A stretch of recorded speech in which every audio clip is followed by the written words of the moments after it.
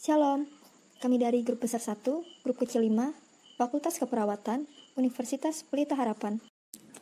Berikut nama anggota kelompok. Definisi obat loperamid. Loperamid adalah obat anti diare yang bekerja dengan cara mengurangi pergerakan usus sehingga makanan dan cairan membutuhkan waktu yang lebih lama untuk diserap. Obat loperamid berkhasiat keras yang untuk memperolehnya harus dengan resep dokter, sehingga obat ini termasuk dalam klasifikasi G. Selanjutnya, saya akan membahas nama generik dan nama paten dari obat loperamid. Obat generik sendiri merupakan obat yang sudah habis masa patennya. Oleh sebab itulah, jenis obat generik tersebut dapat diproduksi oleh hampir seluruh perusahaan farmasi yang ada tanpa harus membayar royalti. Nama generik dari obat loperamid, pertama, loperamid, kedua, Diasec, dan ketiga, Diaston. Sedangkan obat paten adalah obat baru yang diproduksi serta dipasarkan oleh sebuah perusahaan farmasi yang sudah memiliki hak paten terhadap produksi obat baru tersebut. Nama paten dari obat loperamid yang pertama adalah Colidium. Colidium ini diproduksi oleh Solas Langgeng Sejahtera PT. Yang kedua, Diadium. Diadium ini diproduksi oleh Lapi PT. Yang ketiga adalah Imodium. Imodium ini diproduksi oleh Johnson & Johnson Indonesia PT. Selanjutnya di sini saya akan menjelaskan gambar tiap sediaan bentuk obat loperamid. Slide pertama yaitu gambar obat nama patennya, yaitu gambar 1.1 adalah obat Solidium. Gambar 1.2 merupakan obat Diadium. Gambar 1.3 yaitu obat Imodium. Gambar selanjutnya yaitu gambar obat dari nama generiknya, yaitu gambar 1.4 yaitu obat Lodia. Gambar 1.5 adalah obat Diasec. Gambar 1.6 merupakan obat Diaston. Selanjutnya saya akan menjelaskan tentang golongan dan klasifikasi obat loperamid. 1. Antisekretori dan antimoliti. Golongan ini bekerja untuk mengurangi peristaltik dan sekresi cairan dan meningkatkan tonus sphincter sehingga waktu pertukaran gastrointestinal lebih lama agar menambah penyerapan cairan dan elektrolit dari saluran pencernaan dan menghambat pelepasan asetilkolin sehingga terjadi relaksasi otot saluran pencernaan. Yang kedua, adsorben. Adsorben adalah melapisi permukaan mukosa dan mencegah masuknya bakteri yang dapat merusak mukosa dinding saluran pencernaan. Adsorben dibagi menjadi 3 bagian, yaitu bismuth subsalicylate. Cara kerja obat ini selain untuk mengatasi diare, obat ini bisa digunakan untuk mengatasi mual dan gangguan lambung. Obat ini juga dapat meningkatkan absorpsi air dan elektrolit atau antisekretori, menghambat sintesis prostaglandin dan menurunkan motilitas usus. Yang kedua, koalin pektin.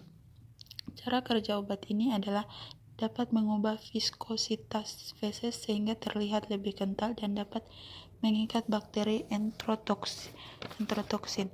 Yang ketiga, bile acid sequestrans, cholestyramine, dan kolestipol. Cara kerja obat ini adalah dapat mengikat garam empedu dan usus sehingga dapat meningkatkan masa feses menjadi lebih kental. Indikasi pada obat loperamid adalah untuk mengurangi gejala pada diare akut atau kronik, misalnya akibat gastroenteritis, inflammatory bowel disease, atau traveler diare.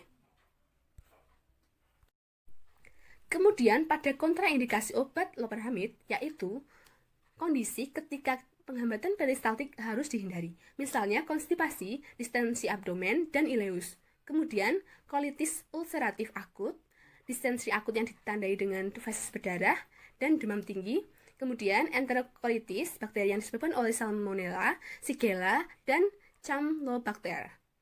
Kemudian antibiotik yang berhubungan dengan kolitis dan sakit perut tanpa diare.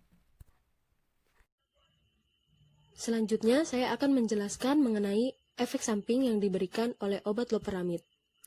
Seperti yang bisa kita lihat pada slide PowerPoint, obat loperamid dapat menyebabkan nyeri abdominal atau nyeri pada perut, mual muntah, mulut kering, keringat, dan juga pusing.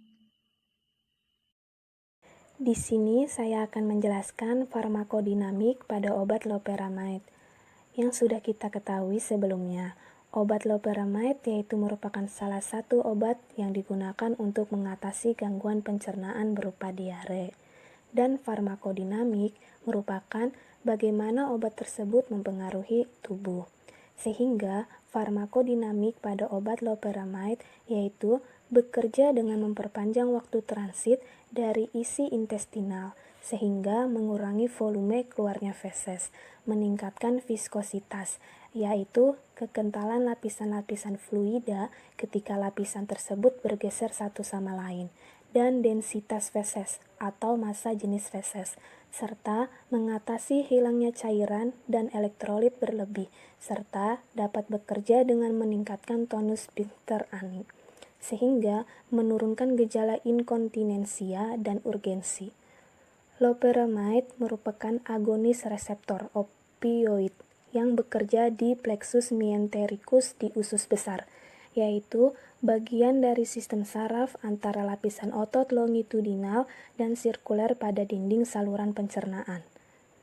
Loperamide bekerja secara spesifik dengan mengurangi aktivitas plexus mesentericus, sehingga mengurangi motilitas otot polos sirkuler dan longitudinal dari dinding intestine. Hal ini menyebabkan isi usus berada di dalam lumen lebih lama, sehingga semakin banyak air yang dapat diserap. Farmakokinetik obat loperamide. Farmakokinetik menjelaskan bagaimana tubuh bereaksi terhadap obat. Farmakokinetik mencakup studi tentang absorpsi, distribusi, metabolisme, dan ekskresi obat. Pertama, kita akan membahas mengenai absorpsi. Obat loperamide merupakan obat peroral dan merupakan obat opioid yang diserap dengan baik di usus. Ketersediaan hayati sekitar 0,3% dan waktu puncak konsentrasi plasma yaitu 2,5 jam untuk sediaan cair dan 5 jam untuk sediaan kapsul. Berikutnya, distribusi. Distribusi obat loperamide yaitu memasuki ASI dalam jumlah kecil dan ikatan protein plasma sekitar 95%, terutama untuk albumin. Selanjutnya, metabolisme. Obat loperamide sepenuhnya dimetabolisme di hati oleh sitokrom P450, terutama oleh isoenzim CYP2C8 dan CYP3A4, dan pada tingkat lebih rendah oleh isoenzim CYP2B6 dan CYP2D6 untuk membuat desmetil loperamide. Yang terakhir adalah ekskresi. Ekskresi obat loperamide terjadi di hati. Loperamide dikonjugasikan dan hasil konjugasinya diekskresikan di empedu. Karena proses inilah, sebagian kecil loperamide dapat dideteksi di darah. Di sini, saya akan menjelaskan dosis dan cara pemberian obat dari loperamide. Yang pertama, dosis lazim untuk semua diare yang diberikan adalah 2 tablet pada permulaan pemberian. Nah, jadi pada permulaan pemberian ini akan diberikan sebanyak 2 tablet. Yang kedua, 1 tablet setelah diare akan diberikan setiap 2 jam setelah diare berhenti. Yang ketiga, dosis maksimal yang diberikan yaitu 8 tablet per 24 jam. Yang keempat, anak usia yang 8 tahun diberikan yaitu 5 kali per hari dengan jumlah 4 tablet.